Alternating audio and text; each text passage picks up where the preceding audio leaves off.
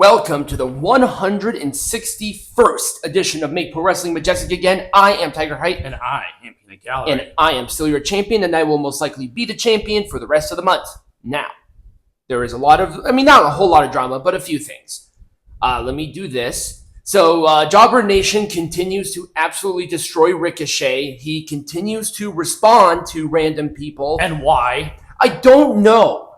Once again, you need to have some sort of professional discourse on social media. Right. And Ricochet is not doing that. Right. There's a reason why these buildings are small or not. There's not a lot of people in there because nobody wants to watch flippy dippy shit from immature brats. Right. Is this how Ricochet really is? Right. That he's getting into spats with Jobber? And I like Jobber. We follow each other on Twitter.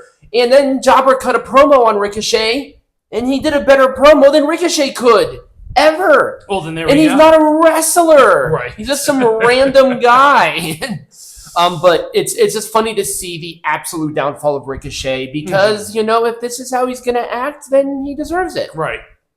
More drama. Dark Partsu Flosion, who was pretty big on social media, has gone quiet. Why? Because apparently he is run by Coke Ibushi. If you do not know who that is, a couple of years ago, Ibushi was caught for soliciting minors for pictures and videos and stuff. And he also had a couple of different identities. Remy Steele's the one that he used on Discord. I think he had a Twitter on there. But yes, and also Flosion does not exist anymore. Obviously, he had 73,000 followers. I was one of them. I was not aware that it was Ibushi whatsoever. I'm fairly familiar with what happened with Ibushi, but not as much as anybody else. And this is not the same person as Kota Ibushi. No, this is not. No. We need to make it. We need to kind of separate the two out there. Yes, that's probably a good idea. No, there's no relation to Kota Ibushi. Kota Ibushi did not do this. It's kind of like how there's a newscaster whose name is, I think, Tetsuya Naito. Yeah, it's super weird. It is they're very similar. Ibushi's like a Smith. It really is. It really is. Like Tanahashi. The attendance for last week's Dynamite was abysmal. So we are going to talk about it. I think you know what you're going to bring up. Yeah, it was like we are going to talk about this because that was brought up. Yes, it was. And it was, well, this person's a moron, and I want to distribute this because there's a gigantic difference between these two pictures where there are seats on that other side, on that hard camera angle, and they're not tarped off. That means those seats were available. Nobody just bought them. Right. The difference, do you see seats? Right. This is a studio. Right, it is. It's studio. That is what... You can't make this similarity. Right, that is what that's literally how that's how the whole thing is set up. The CWC is set up like this. It's set up as a studio. It's studio wrestling. We knew about that from the word go. So morons trying to compare them in this way is ridiculous. Yeah. And Peanut Gallery brought it up. I guess we got to talk about it. Number one, heel Josh, never trust the guy. He also solicited minors. Heel, you did. I have the messages. But Peanut Gallery was going to bring up the person who is currently out for shooting, I think, 5 people. Yeah. He mentioned to, I believe, either his roommate or his parole officer that he is going to go down taking other lives, but he didn't kill anybody. Now, this is ridiculous. Now we're starting to blame killers for the low attendance. This does not equate. There was no sudden drop in attendance because of a killer. But because there is credence to this, let's talk about the killer, or the shooter. He hasn't killed anybody. It's Joseph A. Couch. This entire interaction happened on Interstate 75, I-75 in Kentucky, but it was near London. It was London, Kentucky that this happened. It was not Lexington, or not Lexington. They were in Louisville. They were in Lexington. This is Lexington. Oh, they were, okay. Yeah, this is Lexington. Okay.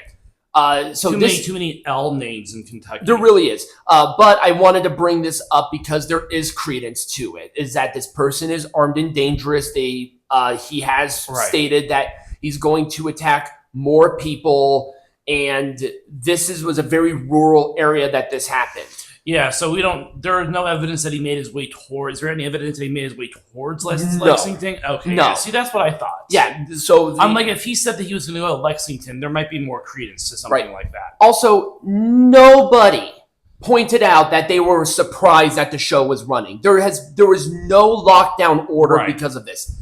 There was with schools. Yes, and it was in the London area. So for everybody's and it also happened on a Saturday. Schools are not open, right? But he's still on the loose. Right. That's why that is like proceed with caution. Yeah.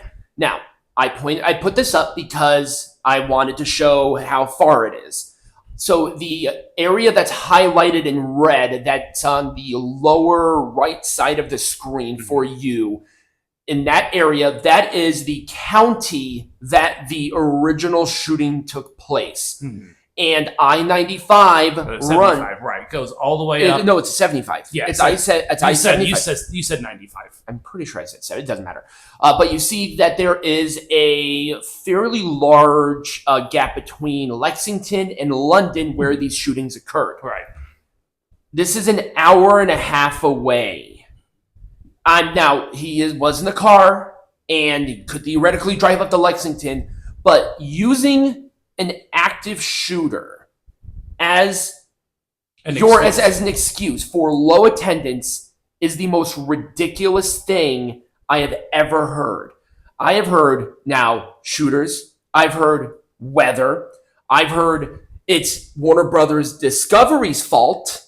I've heard people literally blame the people that are distributing it, saying, well, they're not promoting it. That's why there aren't people watching. No, there aren't people watching because the show is not what it was. Right, the show's just not good.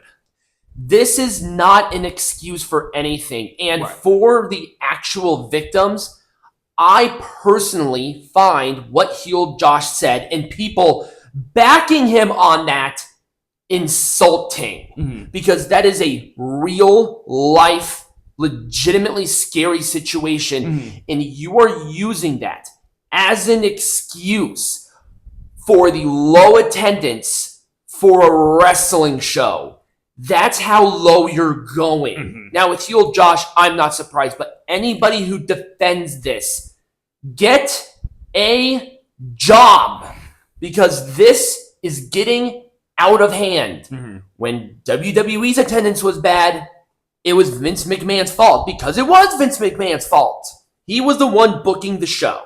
So you gotta blame Tony at some point in time. There has to be a point in time. What is the common denominator in every point in time? When Tony took more control over his show for creative direction, the show's quality went down because marks can't book wrestling. Well, except for us, because we're smart and we make Pro Wrestling Majestic again. But this is, I saw that. I'm like, how can you say that with a smile on your face?